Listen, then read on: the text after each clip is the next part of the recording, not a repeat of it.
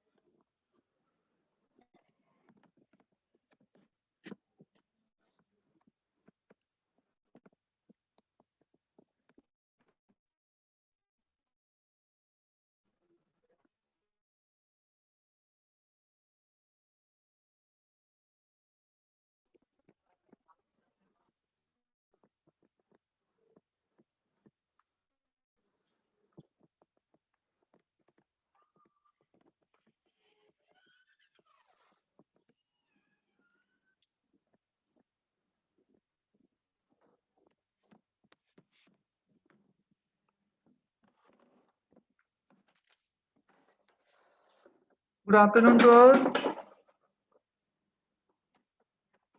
Good afternoon sir. Room खाली नहीं मिल रहा था, एक क्लासरूम में बैठा था, कुछ बीटेक वाले आ गए और बैठे ही गए, तो फिर मैंने वहीं से आ गया मैं। जेल के बच्चे काफी दुष्ट है।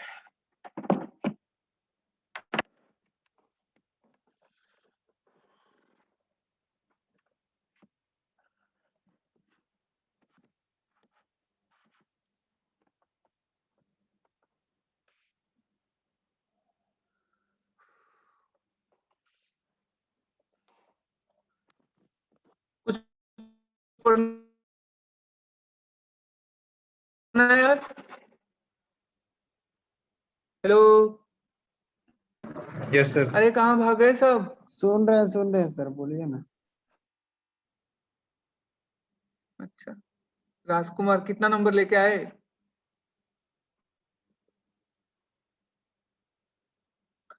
राजकुमार कितना नंबर लेके आए बताओ।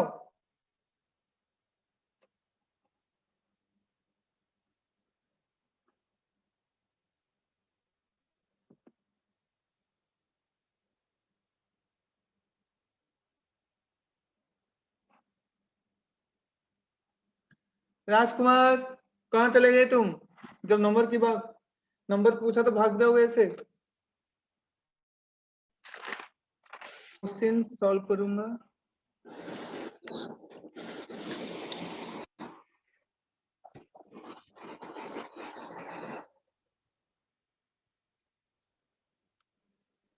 So today I will solve some of the questions of the mid-sem.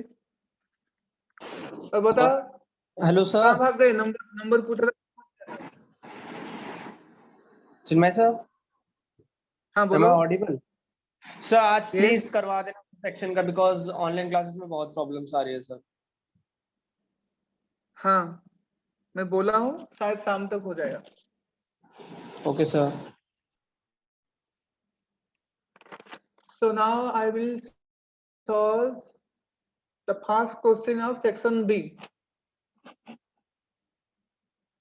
The question was that मैं अभी एक DFA डिजाइन कर मतलब सॉरी।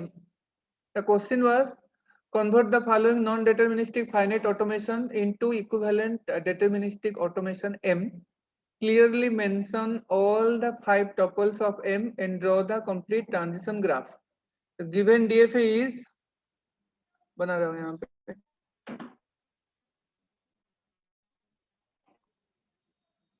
ये था Q1 और राजकुमार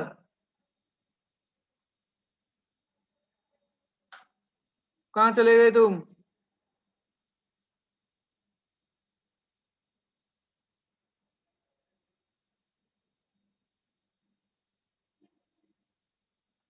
यस सर। कहाँ चले गए?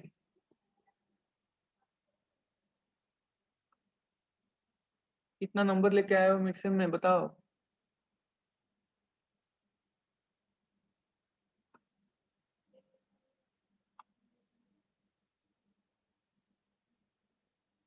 So this was asked in your mid-sem at section B, question number 1, right? So again I am reading the question. Convert the following non-deterministic finite automation into equivalent deterministic automation M. Clearly mention all the 5 tuples of M and draw the complete transition graph. मतलब ये given DFA है, हम क्या करेंगे, इसका given NFA है, तो इसका इक्विवेलेंट DFA डिजाइन करना है, फिर उसका ट्रांजिशन ग्राफ बनाना है, फिर उसका टॉपोल रिप्रेजेंटेशन भी शो करना है, राइट?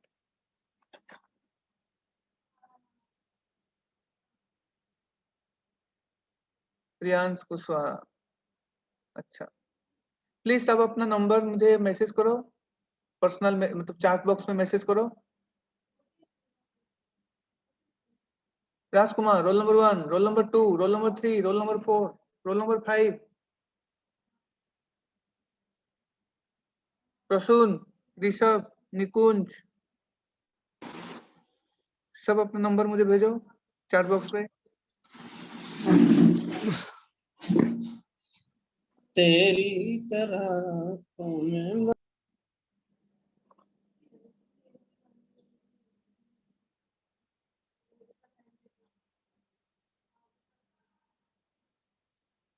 भेजो सब अपना नंबर। राजकुमार, अच्छा, तुम्हारा रोल नंबर जो है ना, मुझे लगा you got that many number of marks.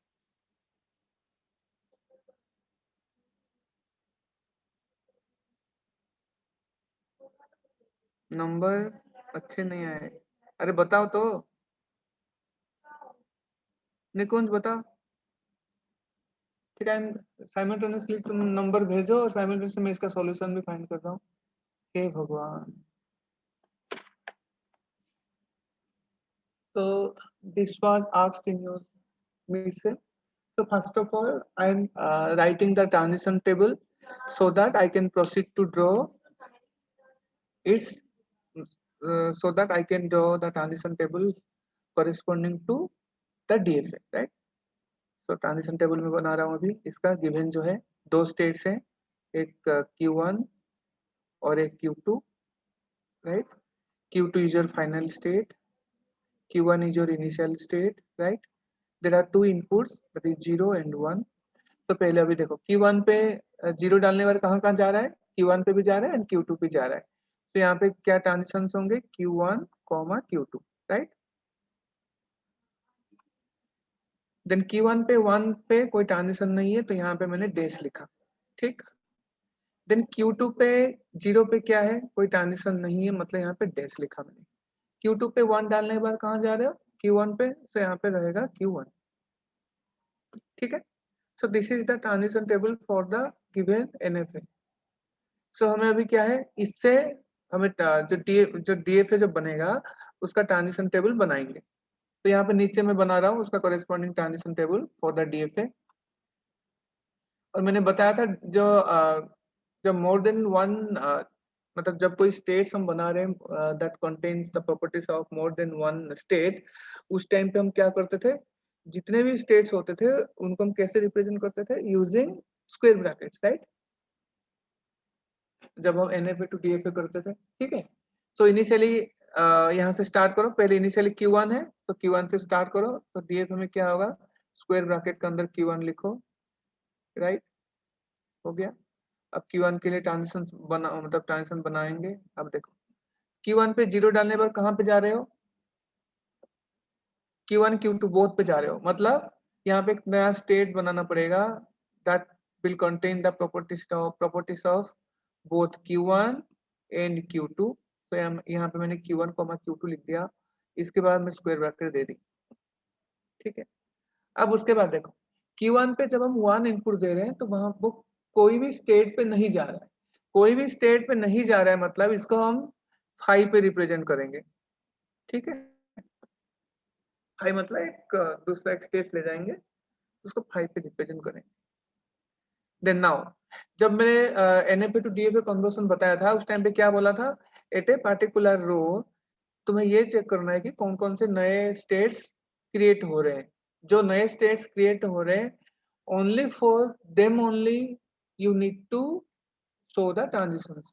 तो यहाँ पे देखो ये इस लाइन पे अगर देखोगे Q1 मतलब एक स्टेट था उसके जीरो, वहां पे जीरो इनपुट देने के बाद Q1 Q2 स्टेट पे जा रहे हो, फिर 1 इनपुट देने के बाद 5 पे जा रहे हो।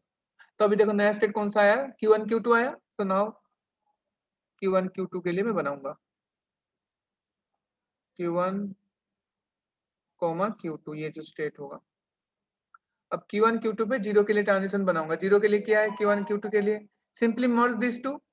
Q1 में जो था Q2 में जो था, Q1 में क्या था Q1 Q2 था, Q2 में कुछ नहीं था, तो इसमें ऑब्वियसली अगेन Q1 Q2 आ गया।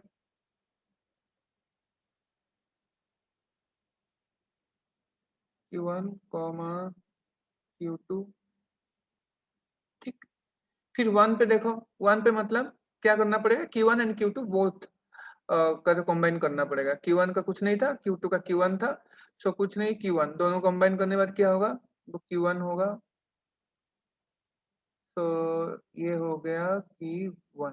अब देखो, अब यहाँ तक देखो नया स्टेट कौन सा है, अब यहाँ पे Q1 Q2 आया जो ऑलरेडी एग्जिस्ट है, फिर Q1 जो आया, Q1 भी ऑलरेडी एग्जिस्ट है। अब बचा क्या है, अब जैसे देखो इसमें क्या है ना, तुम्हें फाई के लिए भी ट्रांजिशन बनाने हैं, क्योंकि डीएफए क्या कहता है कि हर एक स्टेट में हर एक इनपुट के लिए ट्रांजिशन डिफाइन होना चाहिए, ठीक। तो यहाँ पे फाई लिखोगे, अब फाई लिखोगे मतलब क्या है, उसमें फाई में मतलब ट्रांजिशन से कुछ होंगे ही नहीं, तो फाई पे जीरो पे वही फाई रहेगा, फिर 1 पे रहेगा 5, ठीक। अभी देखो इनिशियल स्टेट कौन सा होगा, जो ओरिजिनल इनिशियल स्टेट था Q1 था, तो Q1 इसका इनिशियल स्टेट हो गया। अब फाइनल स्टेट का कौन सा होगा, फाइनल स्टेट मोर देन 1 हो सकते हैं, तो उन स्टेट्स पे जाओ जिस स्टेट्स में जो एनएफए का फाइनल स्टेट हो। एनएफए का फाइनल स्टेट क्या था, Q2 था, तो देखो जहां जहां पे Q2 है वो स्टेट बन जाएगा फाइनल स्टेट। तो Q1 Q2 है, इसमें Q2 है, तो ये बन गया मेरा फाइनल स्टेट, ठीक। यहाँ तक क्लियर है। So this is your transition table for the DFA of the given corresponding NFA, right. So इसके बाद अभी क्या करना पड़ेगा, इसका कॉरेस्पॉन्डिंग ट्रांजिशन ग्राफ भी पूछा गया था ड्रॉ करने के लिए, यस और नॉट। सो अभी ट्रांजिशन ग्राफ भी यहाँ पे ड्रॉ करेंगे हम।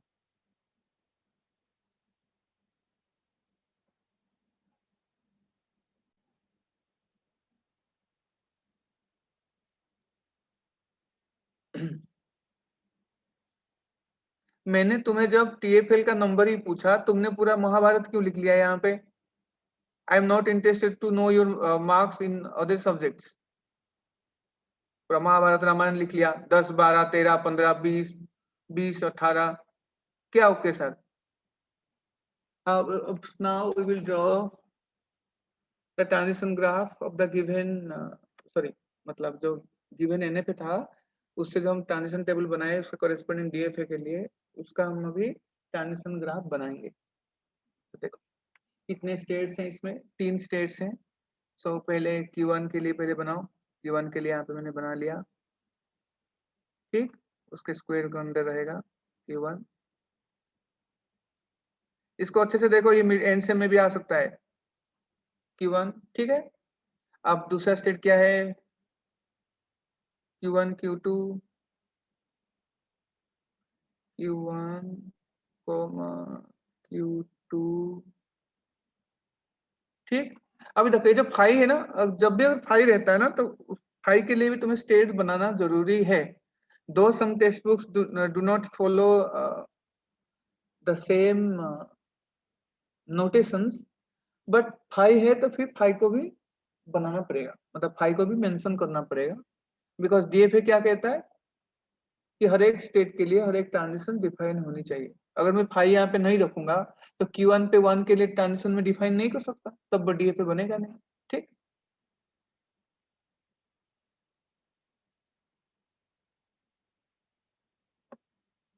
फाई अब इनिशियल स्टेट कौन सा था, Q1 था, Q1 हो गया। ठीक, अभी देखो इसमें जाओ, Q1 पे 0 डालने वाले कहाँ पे जा रहे हो, Q1 Q2 पे, तो Q1 Q2 पे जाओ 0 डालने के बाद, फिर Q1 पे 1 डालने के बाद 5 पे, तो 5 पे जाओ, फिर Q1 Q2 पे 0 डालने के बाद उसी में रहेगा, फिर Q1 Q2 पे 1 डालने के बाद कहाँ जा रहे हो, Q1 पे जा रहे हो।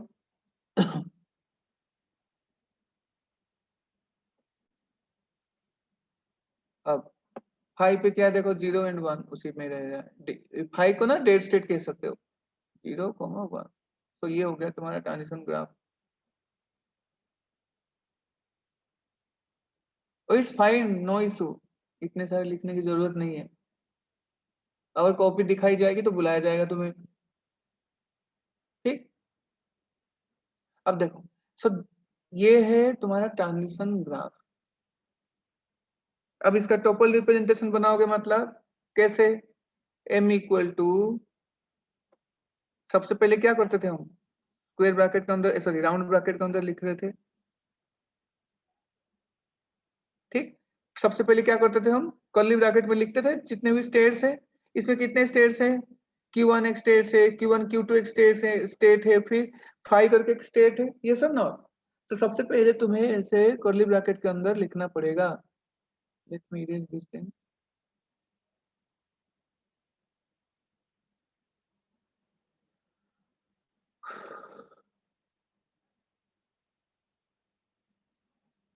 मैंने स्टार्ट किया यहाँ से, सपोज m से मैं रिप्रेजेंट करना चाहता हूँ उस कॉरेस्पॉन्डिंग DFA को, राउंड ब्रैकेट लिया, सबसे पहले मैं नंबर ऑफ स्टेट्स लिखूंगा, कर्ली ब्रैकेट के अंदर लिखना है, सबसे पहले क्या है Q1, तो Q1 को लिख दो। ठीक, सॉरी यहाँ पे फाइनल स्टेट कौन सा था, Q1 Q2 भी था ना, तो इसको ऐसे डबल सर्कल में रिप्रेजेंट भी करना पड़ेगा। अब Q1 हो गया पहला स्टेट, दूसरा स्टेट क्या था, Q1 Q2, ठीक, फिर नेक्स्ट स्टेट है 5। ठीक है, ये हो गया नंबर ऑफ स्टेट्स।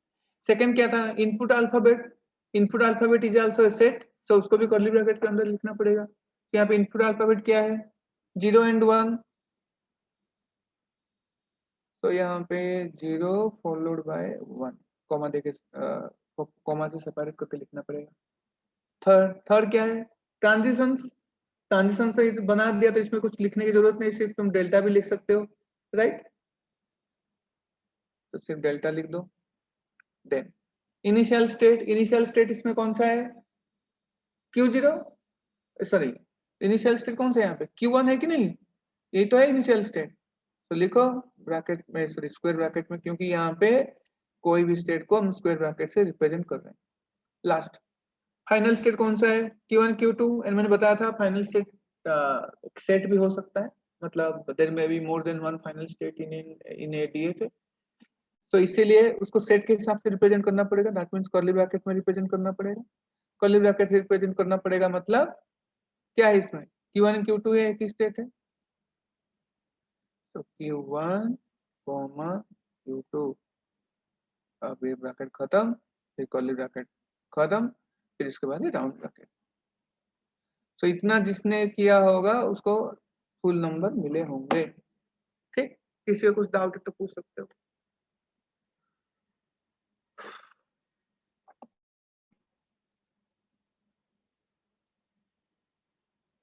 निकुंज अपना नंबर भेजो मुझे। नितिन वासनेव, पवन उपाध्याय, प्रणय शर्मा, रवि प्रताप चौहान, ये रवि प्रताप चौहान कौन है, अच्छा रवि प्रताप है, विपुल कुमार, प्रशांत बघेल, नीरज भारद्वाज, तनरुद्ध प्रताप सिंह, तुषार पाल, राजेश कुमार, सब नंबर भेजो। जो नंबर नहीं भेजेगा उसकी अटेंडेंस एब्सेंट लग जाएगी।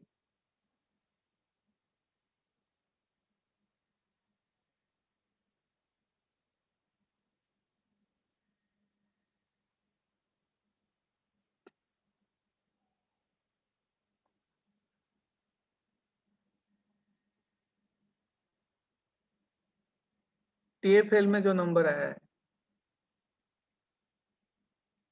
Now we will solve the next question. अच्छा पीडीए वाला तो मैंने कराया था, रेगुलर एक्सप्रेशन वाला। अच्छा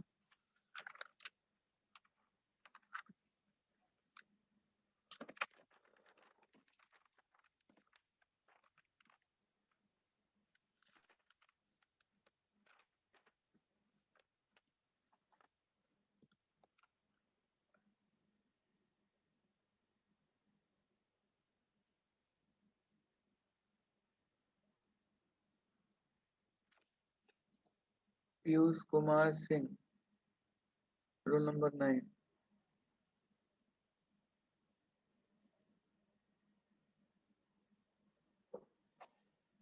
और कौन बचा?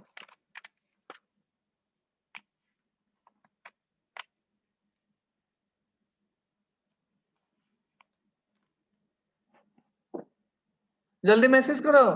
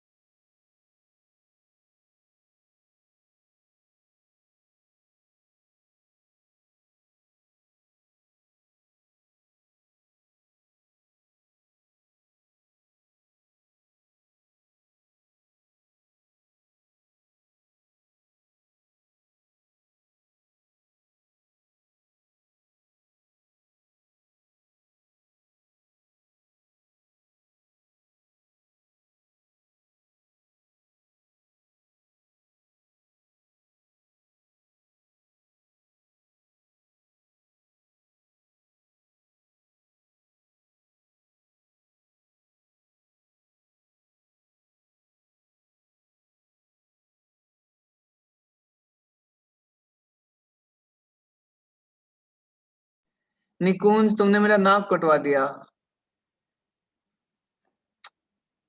आज रात भर मुझे रोना पड़ेगा निकुंज के मार्क देख के। क्या करते रहते हो, कुछ पढ़ते पढ़ते हो नहीं। हार्ड चेकिंग हुई है क्या? तुम अगर सही लिखे होंगे तो फिर तुम्हारा नंबर कोई क्यों काटेगा? तुम अगर सही लिखे होंगे तो कोई नंबर क्यों काटता? क्या करते रहते हो। सब मुझे पूछ रहे हैं और एब्स्ट्रैक्शन का रिजल्ट बहुत खराब है।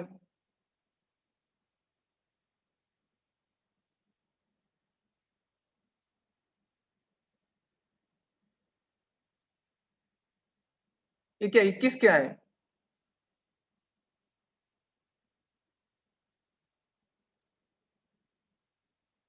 निकुंज तुम्हें मैं उल्टा लटका के मारूंगा मैं। क्या गलत टाइप क्या हो गया? कुछ पढ़ते पढ़ते हो नहीं। चलो नेक्स्ट क्वेश्चन पे जाते हैं। It's okay.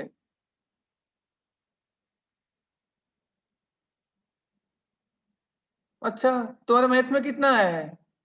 अब TFL के बाद मैथमेटिक्स कैसे आ गया? तो शौक किसमें क्या है?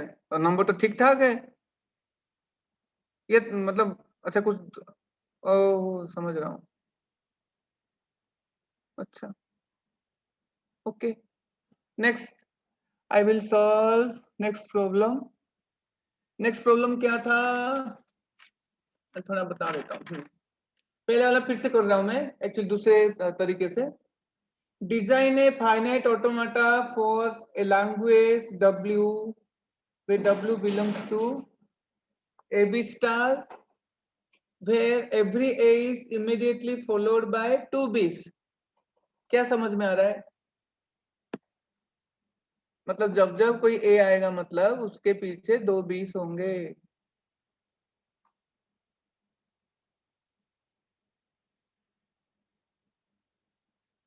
अब पछताए होत क्या जब चिड़िया चुग गई खेत।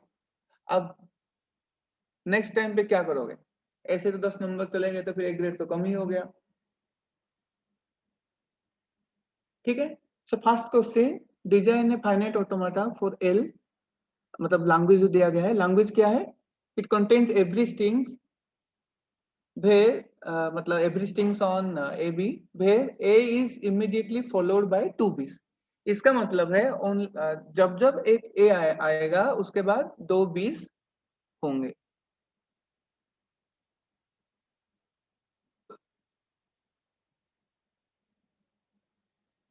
ठीक, मतलब क्वेश्चन में लिख नहीं रहा हूं, बस मैं बता रहा हूं। तो लैंग्वेज में क्या होगा, तो ऐसा कोई भी स्ट्रिंग होंगे, अगर एक ए आता है मतलब उसके पीछे 2 बी होंगे। ठीक है, ये जरूरी है, ए के बाद 2 बीस ही होंगे, अब उसके बाद और भी नहीं हो सकते। ठीक, तो सबसे पहले स्टार्ट करेंगे इनिशियल स्टेट से। मान लो ये Q1 हो गया। ठीक, तो सबसे सिंपलेस्ट स्ट्रिंग कौन सा है, ए बी बी है, तो एक ए पे एक स्टेट पे जाओ। ठीक है, सपोज ये Q2, देन Q3 पे जाओ, सॉरी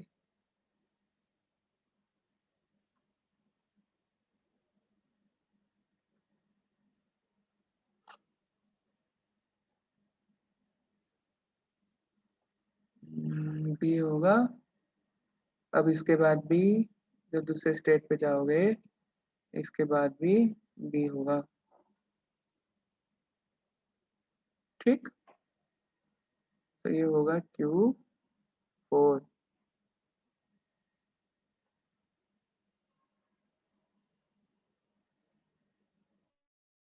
अब देखो देखो यहाँ पे ये नहीं बोला गया है कि every A is follow immediately followed by at least 2 बीस। यहाँ पे बोला गया है every A is immediately followed by 2 बीस, मतलब ए के बाद 2 बीस ही होंगे। मतलब जब जब ए एनकाउंटर होगा उसके बाद 2 बीस ही होंगे, नॉट मोर देन 2 और नॉट लेस देन 2 और एन नंबर ऑफ बीस। बस यहाँ पे लिखा गया है कि every A is immediately followed by 2 बीस। तो सबसे पहले मैंने ए बी बी के लिए मैंने बना लिया।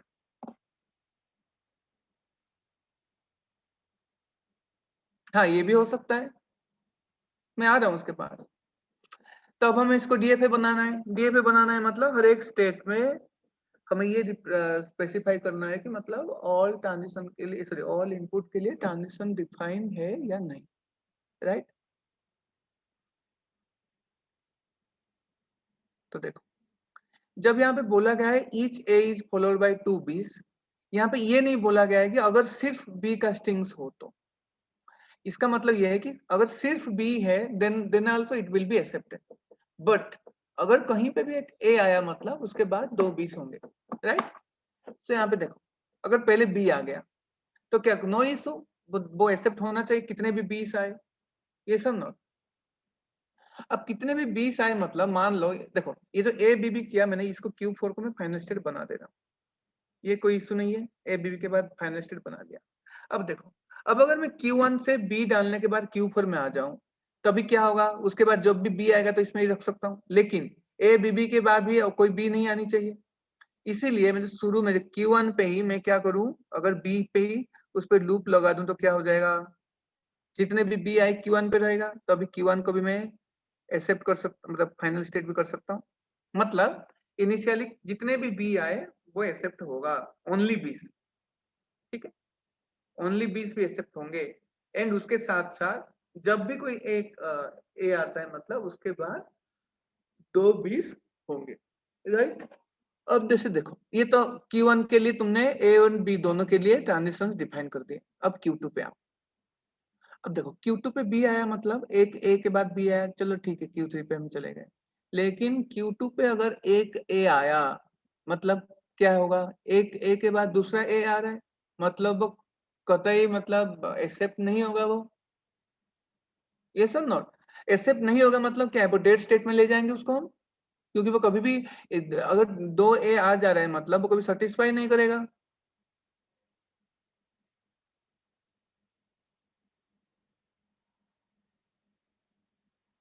ना, Q3 पे हम नहीं लगा सकते, क्योंकि Q3 पे हम लगा देंगे तो फिर क्या होगा, हम 20 को कहाँ काउंट करेंगे। लूप लगाना मतलब नंबर ऑफ 20 को काउंट नहीं करने का बराबर, नहीं करने के बराबर होता है।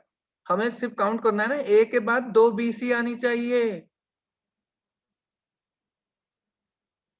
ठीक, तो अब देखो, अब Q2 पे अगर A आया तब क्या होगा, A के बाद A वाला सीन हो जाएगा, मतलब कतई एक्सेप्ट नहीं होगा, तो इसलिए एक डेड स्टेट में ले जाएंगे अगर Q2 पे A आता है तो। मान लो ये Q5 हो गया, ठीक।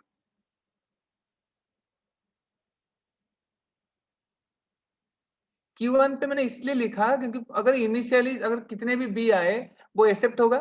इनिशियली मतलब ओनली स्ट्रिंग ऑफ बीस, मतलब n नंबर ऑफ बीस जो भी हो, ये भी एक्सेप्ट होगा कि नहीं, क्योंकि ये तो बोला गया ना कि ओनली जब a आएगा देन ओनली टू बीस चाहिए, अदरवाइज कोई रेस्ट्रिक्शन नहीं है, ठीक है। तो n नंबर ऑफ बीस को एक्सेप्ट करने के लिए इनिशियली में b पे ही लूप लगा लिया ताकि जितने भी b आए उसमें एक्सेप्ट हो जाएगा।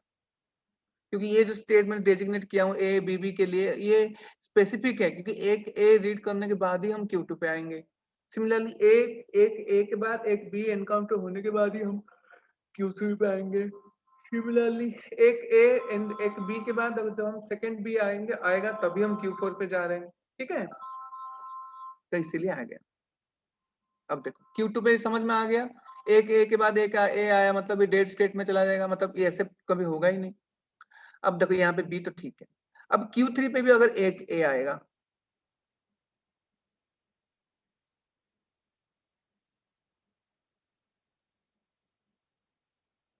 नहीं नहीं तुम समझ नहीं रहे हो। हाँ ये नहीं देखो, पहला यहाँ पे तो थे बी ए बी बी, अब अगर मैं बी ए बी बी की बात करूंगा, पहला बी तो रीड करके तो Q1 पे रहेगा ना। अब ये जब ए आएगा, ये बीबी कहाँ आया, ये ए बी बी रीड करने के लिए तो यहाँ पे Q4 पे तो पहुंचेगा ना। ये लूप तो पहला बी तो हो रहा है ना, ठीक।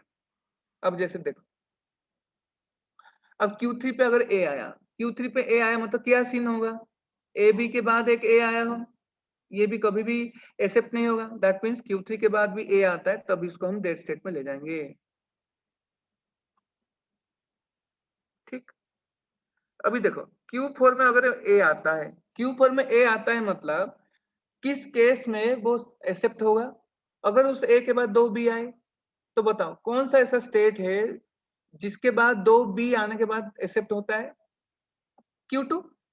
Q2 वही स्टेट है कि नहीं, Q2 के बाद 2b आने के बाद एक्सेप्ट हो रहा है। सो इसीलिए Q4 में जब A आता है हम किस स्टेट में लेके जाएंगे, Q2 पे लेके जाएंगे, राइट।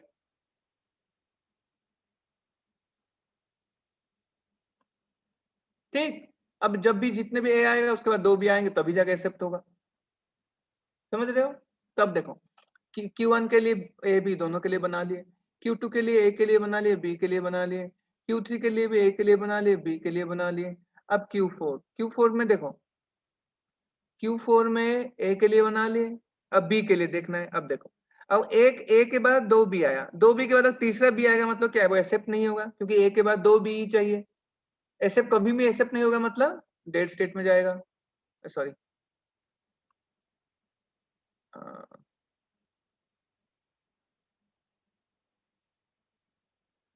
मतलब Q4 में अगर B आता है तब भी वो डेड स्टेट में जाएगा, ठीक। क्योंकि एक A के बाद दो B ही आनी चाहिए, not more than 2B।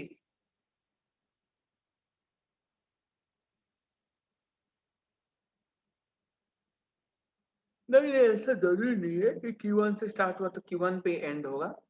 Q1 देखो मैंने क्या बताया था DFA जब डिजाइन कर रहा था कि A DFA में है मोर देन वन फाइनल स्टेट, यहाँ पे Q1 को मैंने फाइनल स्टेट बना दिया जिसमें कि ओनली 20 को एक्सेप्ट करेगा, एंड Q4 को फाइनल स्टेट बना लिया जब जब वो एक A के बाद दो B से एनकाउंटर हो रहे हैं, ठीक।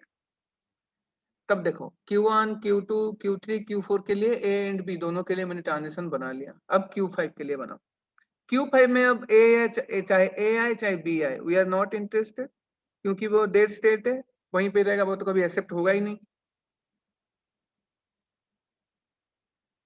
ठीक है। तो यहाँ पे A B पे रीचेबल स्टेट क्या है, रीचेबल स्टेट तो हर state each state is reachable, कोई भी स्टेट तक हम पहुंच पा रहे हो। जैसे मान लो इस टाइप का अगर होता, मान लो ये Q1 ये Q2 है, ऐसे अगर है, जैसे मान लो ये इनिशियल स्टेट है, ऐसा एक एरो मार्क है, इसका मतलब क्या, ये this state is not reachable क्योंकि इसके ऊपर इंसिडेंट ट्रांजिशन नहीं है, ठीक है। और कोई डाउट? तो this is your final answer. किसी को डाउट है तो पूछो।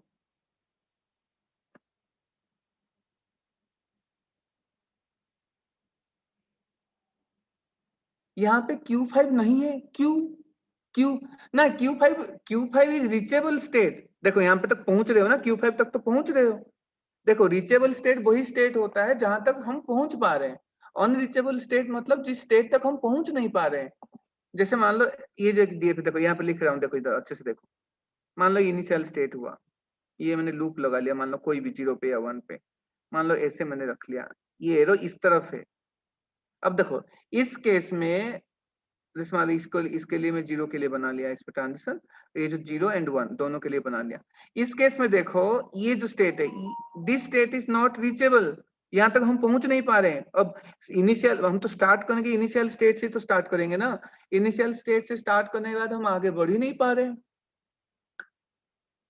ठीक है, क्लियर हुआ? पूछ रहा हूँ। तो इसीलिए दिस इज द आंसर। जिसको नोट करना है नोट कर लो, जिसको नोट नहीं करना है मत करो।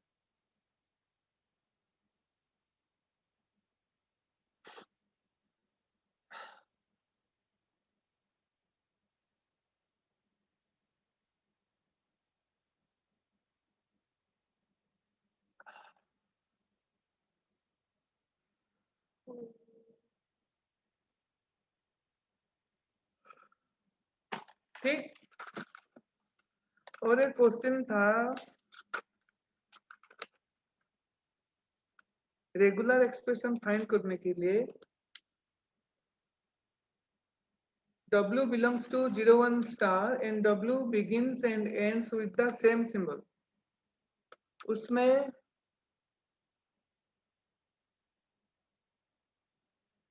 जो begins with ends with same symbol जो है ना, ये थोड़ा ट्रिकी है। जैसे W इक्वल टू 0, 1 स्टार है। W मतलब हमें रेगुलर एक्सप्रेशन बनाना है जिसे क्या है, begins and ends with same symbol। अब begins and ends with same symbol मतलब a single word मतलब सिंगल लेटर स्ट्रिंग हो सकता है। अगर ओनली मैं 0 लूंगा, this thing begins and ends with same symbol, एक से स्टार्ट हो रहा है ऐसे एंड हो रहा है। उसमें अगर सिर्फ 1 लूंगा, ये दिस इज आल्सो 1 से स्टार्ट हो रहा है 1 से एंड हो रहा है।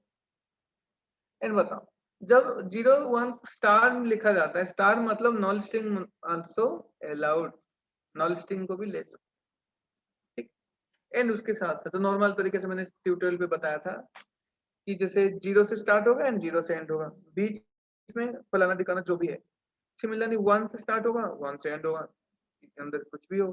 तो कुछ भी हो मतलब क्या है, कुछ भी मतलब एनी कॉम्बिनेशन चाहिए मतलब क्या करेंगे, उसमें जितने भी इनपुट अल्फाबेट होंगे उन सबको सबका यूनियन निकाल के स्टार लगा लेंगे। यूनियन मतलब क्या है, प्लस लगा के। तो एनी कॉम्बिनेशन अब क्या हो सकता है यहाँ पे, 0 + 1 स्टार।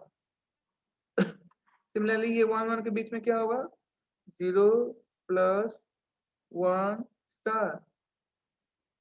टोटल में क्या हो जाएगा आंसर, 0 + 1 + नल + 0 0 के बीच में 0 + 1 स्टार +1 एंड 2 1 के बीच में 0 + 1 स्टार। किसी को कोई डाउट? हेलो, कहाँ भाग के जा रहे हो? अभी 20 था, अभी 14 हो गए, सबको ऑप्शन लगा लूंगा मैं।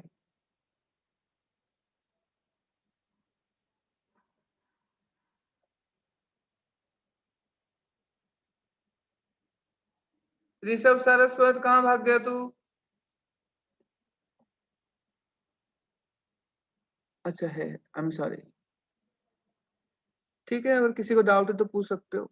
I will conclude today's class. हाँ पता है।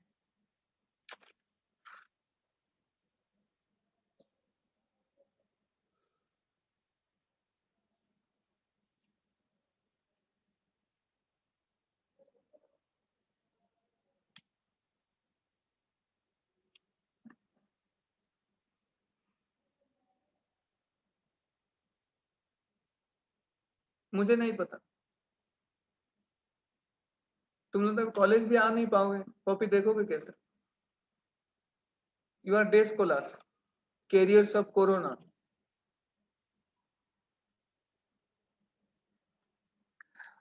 ठीक है।